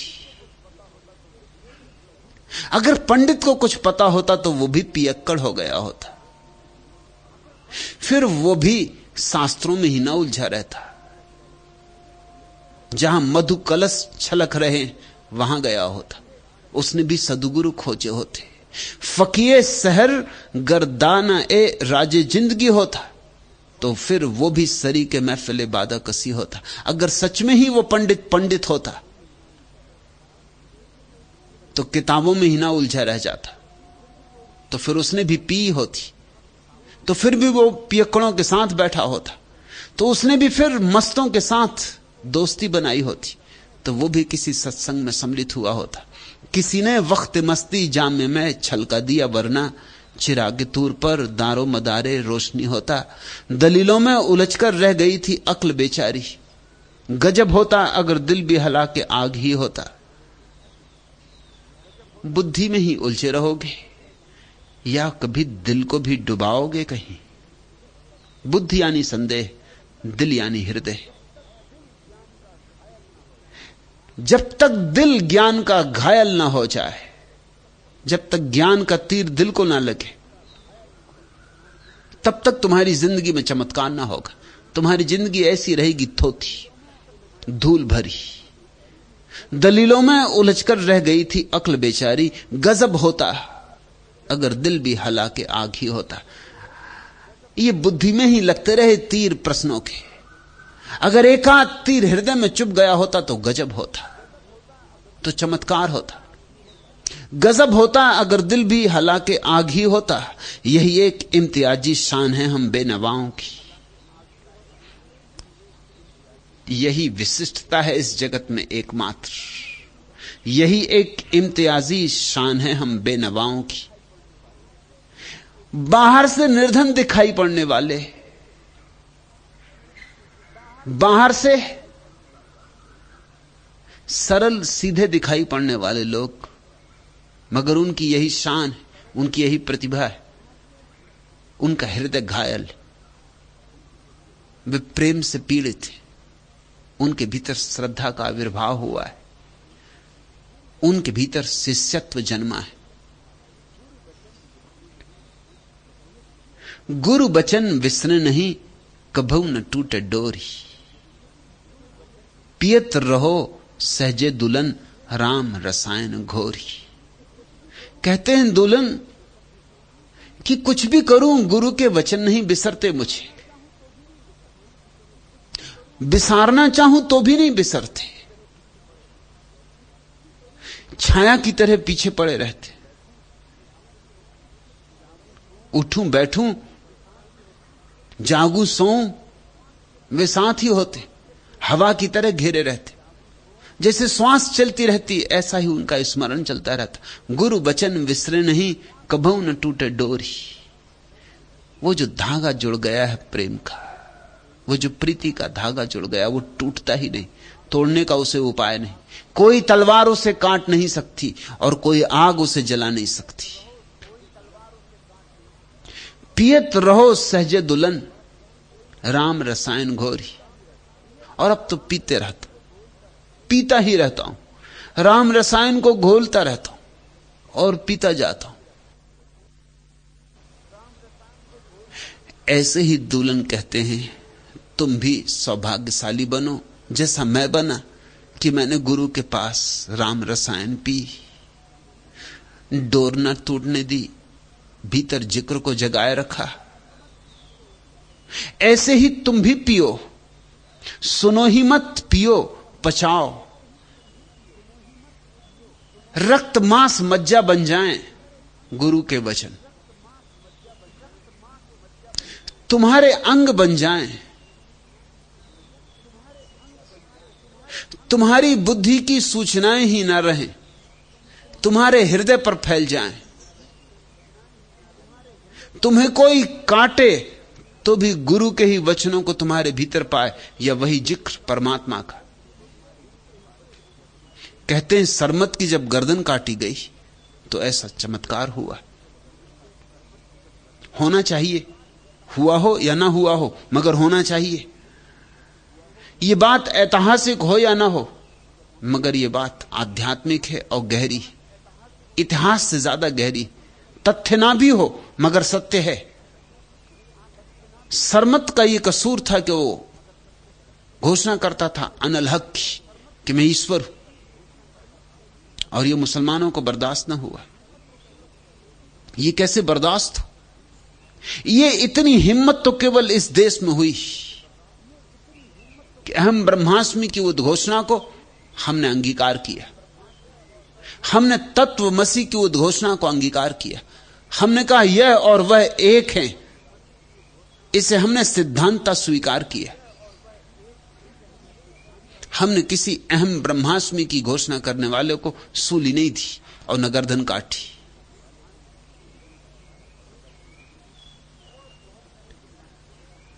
भारत के नाम पर और बहुत तरह के लांछन है, कम से कम एक लांछन नहीं है किसने किसी अनल हक के उद्घोषक को मंसूर की तरह या सरमत की तरह मारा नहीं।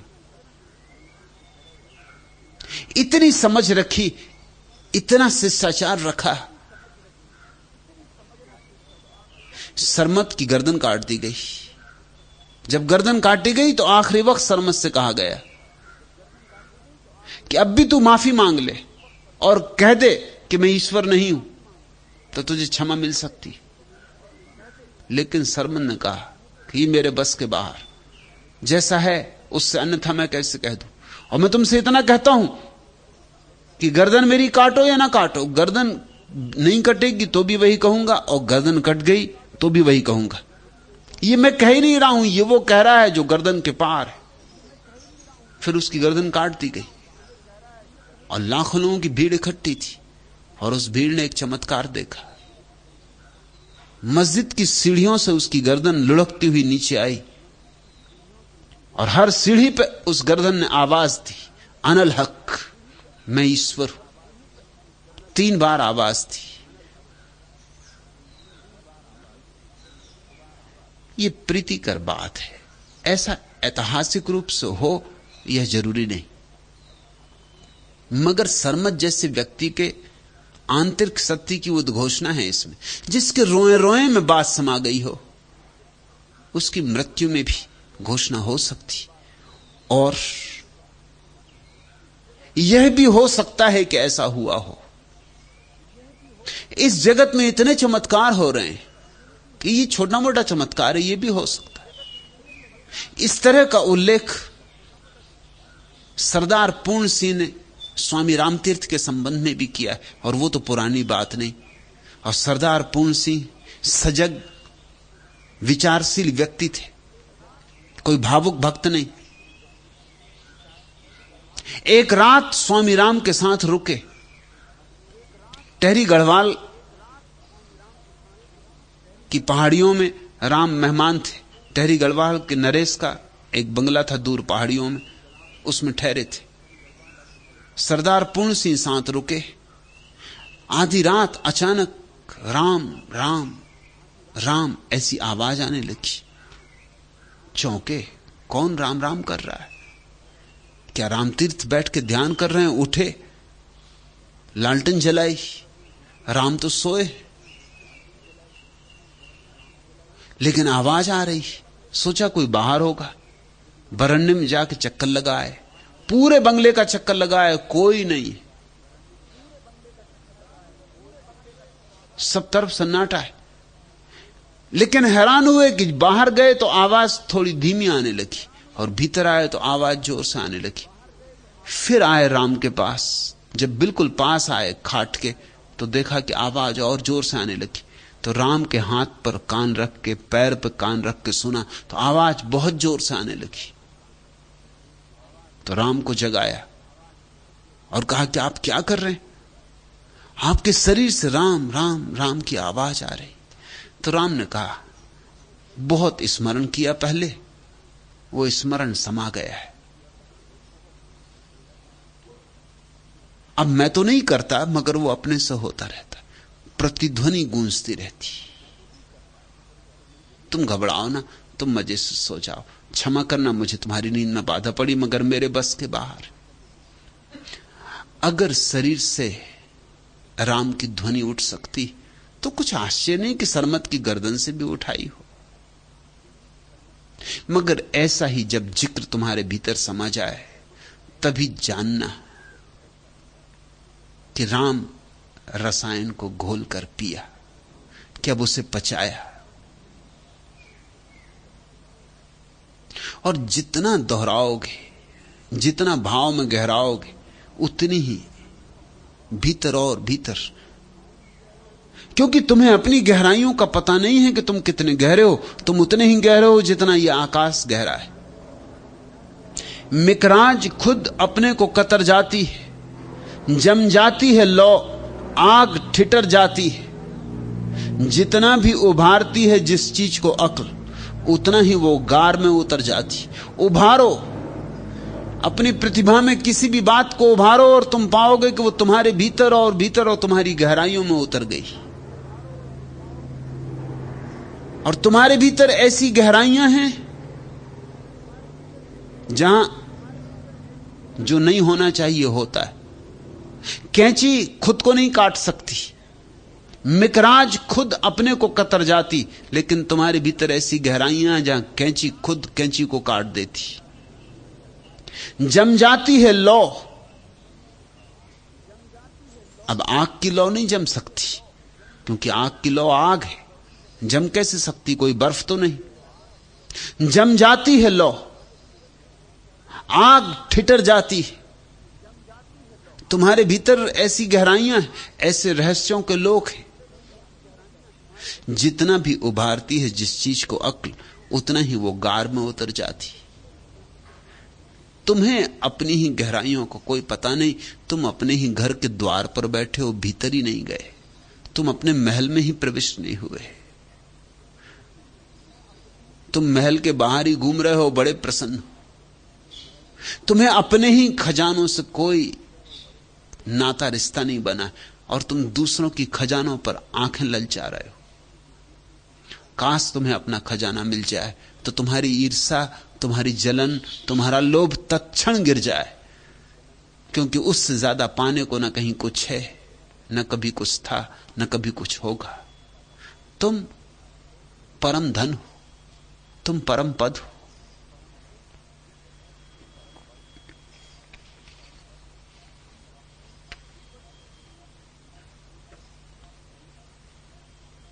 विपत्ति स्नेही मीत सो नीति स्नेही राव, दूलन नाम स्नेह दृढ़ सोई भक्त कहाऊ। कहते हैं विपत्ति में जो साथ दे वो मित्र, सदचरित्र। नीति में जो साथ दे वो राजा। दूलन नाम स्नेह दृढ़ सोई भक्त कहाऊ। और जो अपने हृदय में स्नेह को ऐसा दृढ़ कर ले, ऐसा दृढ़ कि जहां मिकराज खुद अपने को कतर जाती, जम जाती है लो आग ठिठर जाती, सोई भक्त कहाओ, वही भक्त कहलाता है।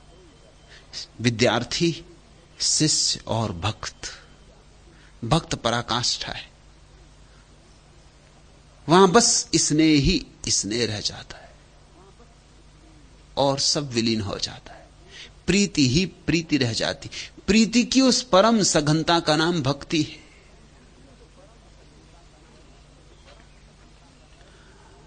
अपने तो फिर अपने हैं, गैरों का चलन बदला, अंदाजे नजर बदला, उनवाने सुखन बदला।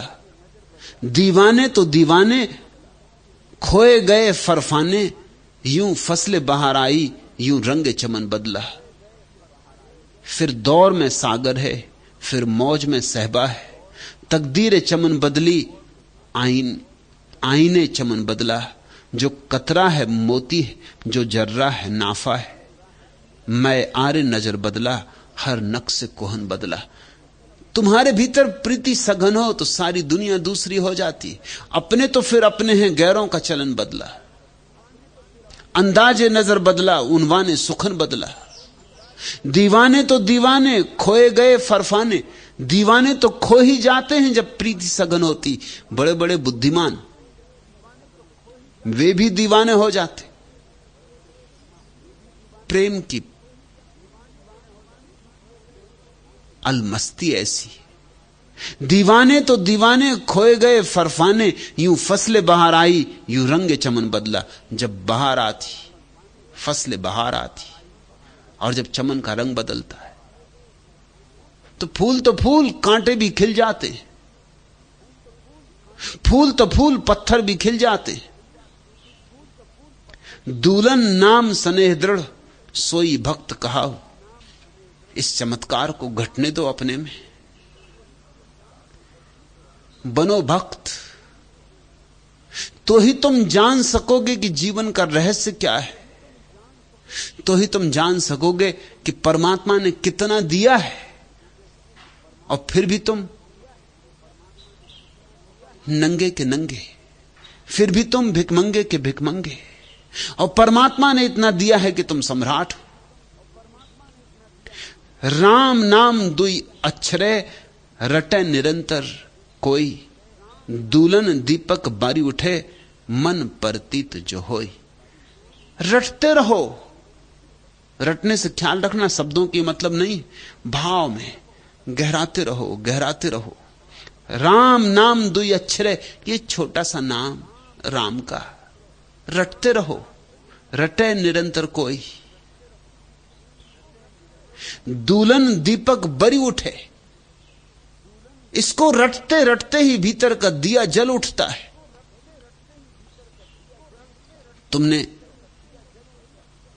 इस तरह की कहानियां तो सुनी है ना कि शास्त्रीय संगीत में पुराने दिनों में दीपक राग होता था।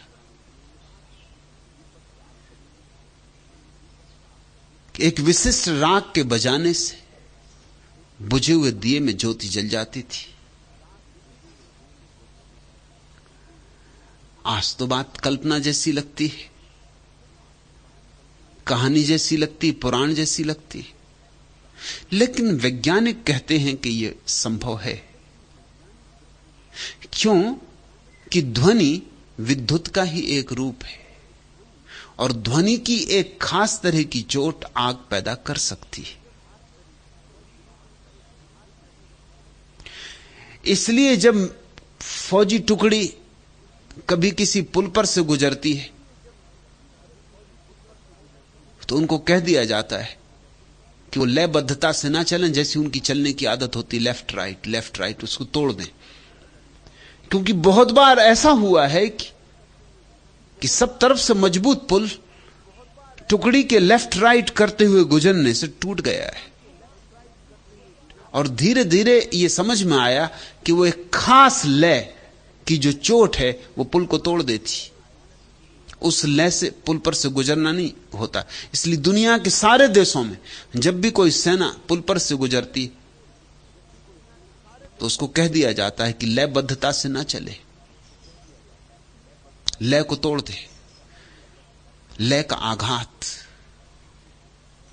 ध्वनि का आघात अग्नि को पैदा कर सकता है। इस बात की संभावना है कि दीपक राग जैसी कोई चीज रही हो, मगर रही हो ना रही हो मुझे उससे प्रयोजन नहीं, शास्त्रीय संगीत से मुझे कुछ लेना देना नहीं। पर भीतर के संबंध में तो यह बात बिल्कुल सच है कि एक ऐसा राग है जो भीतर के दिए को जला देता है। शायद भीतर के दिए को जला देने की बात ही धीरे धीरे बाहर शास्त्रीय संगीत की कहानी बन गई हो।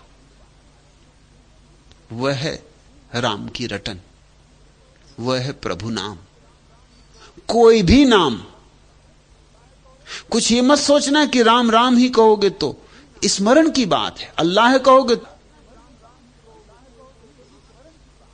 या कुछ और जो तुम्हारी मर्जी हो। महाकवि अंग्रेजी का हुआ टेनिसन, उसने अपने संस्मरणों में लिखा है कि मुझे बचपन से ही न मालूम कैसे ये बात सूझ गई, कब सूझी क्यों सूझी कुछ मुझे पता नहीं है, कि जब मैं अकेला होता तो मैं बैठ के मस्त होके टेनिसन टेनिसन अपना ही नाम दोहराने लगता, और उसमें मुझे इतना मजा आता और ऐसी मस्ती छा जाती जिसे नशा कर लिया हो, डोलने लगता। तो जब भी मुझे मौका मिलता है अकेले में तो बस मैं टेनिसन टेनिसन टेनिसन। और उसने लिखा है कि धीरे धीरे जिसको ध्यानियों ने समाधि कहने लगी अपने ही नाम दोहराने से, मैं तो बहुत हैरान हुआ। क्योंकि राम का नाम दो, ईश्वर का नाम लो, समझ में आता है अपना ही नाम, लेकिन नाम सभी उसके। टेनिसन की बात तुम्हारे पर भी उतनी ही लागू हो सकती, अपना ही नाम दोहराओगे तो भी चल जाएगा। असली सवाल यह है किसी एक भाव दशा में समग्रता से डूब जाना, इतनी समग्रता से डूब जाना कि सारा जगत भूल जाए, इस तरह एकाग्रता हो जाए भीतर कि एक ही चोट, एक ही आघात पड़ने लगे, तो उस एक ही चोट में भीतर का बुझा दिया जल सकता है। राम नाम दुई अक्षरे रटे निरंतर कोय, मन परतीत जो होई। मन में भाव हो तो सब हो सकता है। करती है गोहर को अस्कबारी पैदा, तमकीन को मौजे बेकरारी पैदा। 100 बार चमन में जब तड़पती है नसीम, होती है कली पर एक धारी पैदा। करती है गोहर को अस्कबारी पैदा, आंसुओं की वर्षा हो तो मोती पैदा होते। तमकीन को मौजे बेकरारी पैदा। 100 बार चमन में जब तड़पती है नसीम, और जब हवा 100 बार गुजरती है चमन से, होती है कली पर एक धारी पैदा। कली जैसी कोमल चीज पर 100 बार हवा को गुजरना पड़ता, तब एक छोटी सी धारी पैदा होती। अनंत अनंत बार जब तुम स्मरण करोगे परमात्मा को, तब तुम्हारे भीतर का दिया जलेगा। जल सकता है, जलाना है, बिना जलाए नहीं जाना है। जो बिना जलाया गया वो व्यर्थ ही आया और व्यर्थ ही गया, उसने जीवन का सदुपयोग ना किया। एक ही चीज पालो, फिक्र ही ठहरी तो दिल को फिक्र खूबा क्यों ना हो। खाक होना है तो खा के कुएं जाना क्यों। जिंदगी में फिक्र तो है ही, 1000 चिंताएं लगी, फिक्र ही ठहरी तो दिल को फिक्र खूबा क्यों ना हो। तो फिर कोई कीमत की बात की चिंता करो, चिंता तो है ही, फिक्र तो लगी ही है, तो फिर कुछ ऊंची फिक्र हो ले, असली फिक्र हो ले। जिक्र तो भीतर कुछ ना कुछ होता ही रहता है, तो फिर परमात्मा का ही जिक्र हो ले। फिक्र ही ठहरी तो दिल को फिक्र खूबा क्यों ना हो। खाक होना है तो खा के कुएं जाना क्यों ना हो। जब मिट्टी ही हो जाना है तो फिर उस प्यारे की गली की ही मिट्टी क्यों ना हो जाए। दहर में ये ख्वाजा जब ठहरी असीरी नागुजीर, दिल क्यों ना हो। जीस थे जब मुस्तकिल आवारा गर्दी ही का नाम, अक्ल वालो फिर तवाफे कुए जाना क्यों ना हो। अगर जिंदगी एक आवारा गर्दी ही है, एक व्यर्थ की यात्रा ही है, तो चलो यही सही, फिर उस प्यारे की गली में ही क्यों ना आवारा गर्दी की जाए। जीस थे जब मुस्तकिल आवारा गर्दी ही का नाम, अक्ल वालो फिर तवाफे कुए जाना क्यों ना हो। एक न एक हंगामे पर मौकूफ है जब जिंदगी, मैकदे में रिंद रक्षान और गजल खां क्यों ना हो। और जब जिंदगी में सभी कुछ खोया जा रहा है, तो फिर क्यों ना पीकर मस्त होकर नाच लें। एक न एक हंगामे पर मौकूफ है जब जिंदगी, मैकदे में रिंद रक्षान और गजल खां क्यों ना हो। फिर आओ पियकड़ो पियो और नाचो, जब जिंदगी हाथ से चली ही जाएगी तो क्यों ना इसे एक नाच बना ले। जब ये देह चली ही जाएगी तो इस देह को उस प्यारे की गली में ही क्यों ना गिर जाने दे। और जब चिंताएं घेरे ही हैं तो सारी चिंताओं को निचोड़ के एक उसकी ही चिंता क्यों ना कर लें। जब फरेबा ही में रहना है तो अहले खिरद लज्जते पैमाने यारे, सुस्त पैमा क्यों ना हो। या जब आवेजिस ही ठहरी तो जर्रे छोड़कर, आदमी खुर्सी से दस्ते गिरेबा क्यों ना हो। या जब आवेजिस ही ठहरी है तो जर्रे छोड़कर, जब जीवन संघर्षी है तो क्या छोटी छोटी चीजों से टकराना, क्या अणु परमाणुओं से टकराना। यहां जब आवेजिस ही ठहरी है तो जर्रे छोड़कर, आदमी खुर्सी से दस्ते गिरेबा क्यों ना हो। जब टकराना ही है तो फिर चांद तारों से टकरा जाएं, फिर सूरज से टकरा जाएं। फिक्र ही ठहरी तो दिल को फिक्र खूबा क्यों ना हो। खाक होना है तो खा के कुएं जाना क्यों ना हो। ऐसा तुम्हारे जीवन में संकल्प उठाए तो सौभाग्य की घड़ी आ गई, सुदिन आ गया।